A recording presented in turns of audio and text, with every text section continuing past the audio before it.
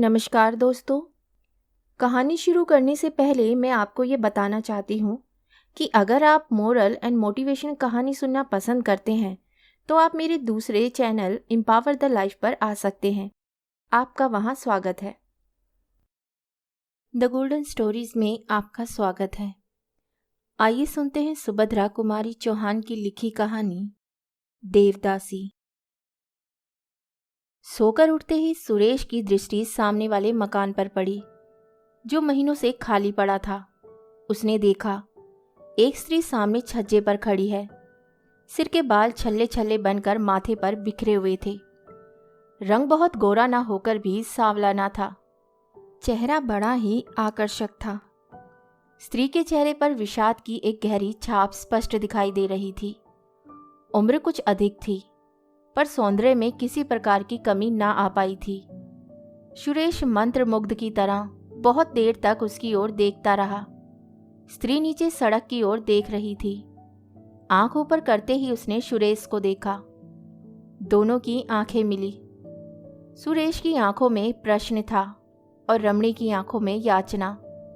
तुरंत ही किसी प्रकार की आवाज सुनकर रमणी भीतर चली गई।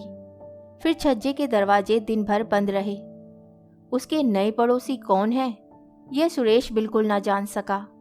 शाम को सुरेश घूमने चला गया। घर लौटा तो 11:30 बज रहे थे। सामने वाले मकान में अब भी प्रकाश था। सुरेश एक आराम कुर्सी पर लेट सा गया। एकाएक बड़ी ही मधुर संगीत की लहर ने आकर उसकी सारी स्थिरता को दूर कर दिया। वह उठकर बाहर आया। छज्जे पर सामने वाले मकान में कोई गा रही थी। सावरिया से लागे रहे दो नैन, सावरिया से। गायिका संगीत कला की विशारदा जान पड़ती थी। सुरेश भी तो संगीत प्रेमी था और केवल संगीत प्रेमी ही नहीं, संगीत के विषय में उसे ज्ञान भी काफी था। सुरेश सोचने लगा, हो ना हो यह वही स्त्री है। पुरुष के गले में इतनी मिठास आएगी कहाँ से। तब तक गायिका ने गीत का अंतरा गाया।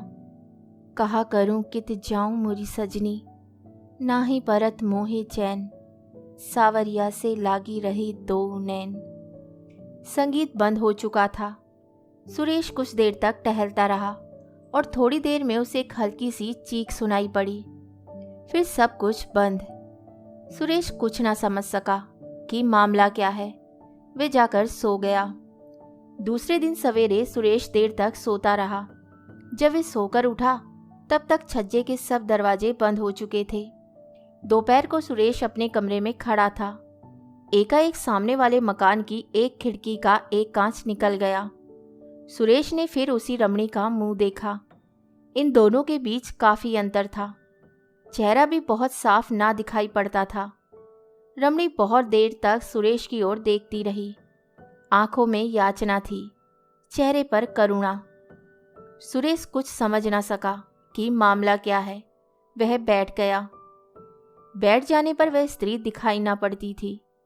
कुछ देर बाद सुरेश ने देखा कांच फिर उसी तरह जहां का तहां लगा दिया गया है। सुरेश के सामने वह स्त्री एक समस्या बनकर प्रकट हो गई। वह कुछ समझ ही ना पा रहा था कि मामला क्या है। रमणी ना तो कुलवधू सी जान पड़ती थी, ना निर्लज वैश्या ही। वह सुरेश की ओर देखती जरूर, पर वासना की लपट उन आंखों में नहीं थी।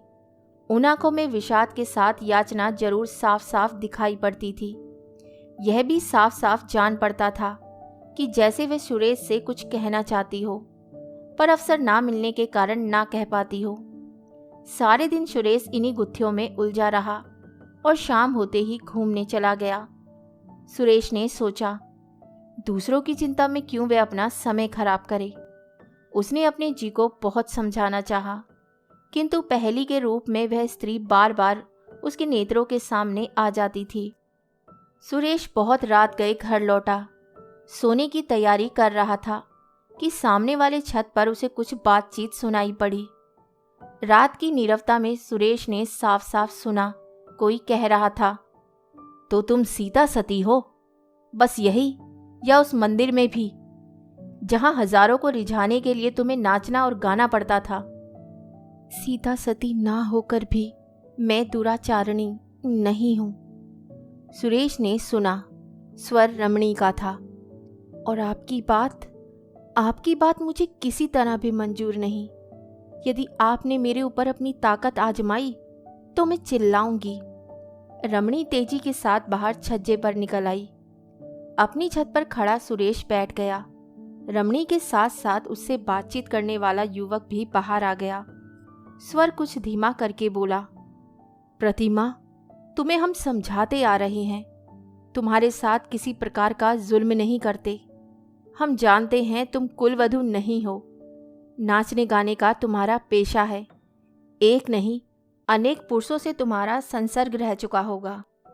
फिर हमारे साथ, जिसे तुमने अपने मीठे और मधुर व्यवहारों से उन्मत्त बना दिया है, तुम्हारा व्यवहार ऐसा क्यों है? प्रतिमा बोली, मीठे और मधुर व्यवहार का यह अर्थ कदापि नहीं होता नरेंद्र बाबू कि हम आपको अपना शरीर अर्पण कर दें। फिर मेरा ये शरीर तो देवता को अर्पित हो चुका है। मैं देवदासी हूं। मुझसे वे बात ना होगी। नरेंद्र एक व्यंग्य की हंसी हंसता हुआ बोला, ओह, तो तुम अभी तक सती हो, यही ना?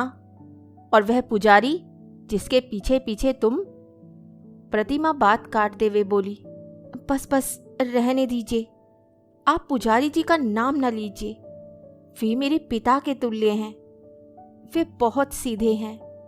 अगर वे सीधे ना होते तो आप मुझे वहां से धोखा देकर ला भी ना सकते थे। नरेंद्र का नशा इस समय जोर पर था। वह क्रोध से बोला, मैंने उन्हें धोखा दिया है या तुमने मुझे उल्लू बनाना चाहा है? साफ साफ कहो, क्या तुम्हारी खुद की इच्छा ना थी मेरे साथ घूमने चलने की? प्रतिमा, घूमने जाना दूसरी बात है और घूमने के बहाने भाग जाना दूसरी बात। आपने पुजारी जी से नहीं कहा था कि शाम होने से पहले लौट आएंगे? नरेंद्र, ओह, इतनी भोली तो ना बनो। तुम नहीं जानती थी कि हम लोगों ने घूमने की बात क्यों की है? तुम बड़ी नीच हो। सब कुछ तुम्हारे ही कारण हुआ है और तुम अब मुझे ही बेवकूफ बनाना चाहती हो। प्रतिमा, यदि मुझे मालूम होता कि घूमने के बहाने आप मुझे भगा ले जाएंगे तो मैं आप लोगों के साथ कभी ना आती। झूठ बोलते हुए तुम्हें लज्जा नहीं आती? किसी दूसरे से आंख लड़ गई है, यह क्यों नहीं कहती? बेहया कहीं की। कहकर नरेंद्र गुस्से से छत पर टहलने लगा। प्रतिमा ने कहा, आपका व्यवहार मेरे साथ बहुत उदंड होता जा रहा है। मैं इसकी आदी नहीं हूं। उदंड व्यवहार इसको कहते हैं। कहते हुए नरेंद्र ने कसकर एक तमाचा प्रतिमा को लगा दिया। प्रतिमा चीख पड़ी। कमरे से नरेंद्र के साथी अन्य युवक बाहर निकल आए। उनमें से एक बोला, यार नरेंद्र, छोड़ो भी, तुम क्यों इसके पीछे पड़े हो? नरेंद्र बोला, पीछे पड़ने की बात नहीं है। तुम जानते हो हम लोग 1 महीने से इसके पीछे रुपया पैसा और समय बर्बाद कर रहे हैं। कुछ मेरा अकेला अनुमान भी नहीं, तुम्हारा सभी मित्रों का अनुमान था कि यह हम लोगों के साथ भाग जाना चाहती है। तभी तो हम लोगों ने इसे वहां से निकाला। नहीं तो औरतों को भगाना कोई हमारा पेशा थोड़े ही है। अनुमान गलत भी हो सकता है, एक तीसरे ने कहा, जिसे अनायास ही प्रतिमा से कुछ सहानुभूति हो गई थी। तुम लोग बेवकूफ बन सकते हो, पर मैं ना बनूंगा। मैं अभी इसे सीधी किए देता हूं। ऐसा कहते हुए नरेंद्र ने प्रतिमा के पास आकर कहा, ये रोना किसे सुना रही हो? अब कोई तुम्हारे नखरों को देखकर धोखा नहीं खा सकता। तुम्हारी जात ही ऐसी होती है। उल्लू फांस कर रखने में तुम लोग अपनी विजय समझते हो, पर हम वह उल्लू नहीं हैं कि फंस जाएं। पहले तुम्हें फंसा लेंगे, बाद में हम फंसेंगे। प्रतिमा ने कहा, ठीक है, आपकी कैद में हूं, जो चाहे आप कर सकते हैं। पर मैंने आप लोगों को पढ़ा लिखा सभ्य पुरुष समझा था। मैं क्या जानती थी कि पुरुष के रूप में आप राक्षस हैं। हम राक्षस हैं? नरेंद्र ने दूसरा तमाचा प्रतिमा को जड़ दिया। और तुम देवी हो? बदजात कहीं की। मंदिर का राय रत्ती हाल जिसे ना मालूम हो, उसके सामने अपने सतीत्व का ढोंग रचना। या पहले ही सब कुछ जान लिया था, तब पैर आगे बढ़ाया था। हमने कोई कच्ची गोलियां नहीं खेली है। अब सुरेश से ना रहा गया। उठकर खड़ा हो गया। टॉर्च फेंकते हुए उसने कहा, आप लोगों की बात करीब आधे घंटे से मैं सुन रहा हूँ। इतनी बातें सुनने के बाद इसी परिणाम पर पहुंचा हूँ कि आप लोगों ने इसको कैद कर रखा है। वह आपकी कोई नहीं, इसे आप भगा लाए हैं। नरेंद्र ने उसी क्रोध के स्वर में कहा, हमारे आपस के झगड़े में पड़ने वाले तुम कौन हो? सुरेश बोला, मैं एक मनुष्य हूँ जो मनुष्यता का बर्ताव करना चाहता है। यदि आप लोगों ने मेरे साथ दूसरी तरह का बर्ताव किया तो फिर मुझे पुलिस का आश्रय लेना पड़ेगा। मामला पुलिस तक गया। वे चारों व्यक्ति जमानत पर छोड़े गए। प्रतिमा को उसकी इच्छा अनुसार सुरेश के साथ छोड़ दिया गया। सुरेश उसे उसके मंदिर के पास पहुंचा देना चाहता था, परंतु प्रतिमा उस रात में बीमार हो गई और लगातार 1 महीने तक बीमार रही। बीमारी से अच्छे होने के बाद अस्पताल से लौटकर प्रतिभा सुरेश की अतिथि हुई।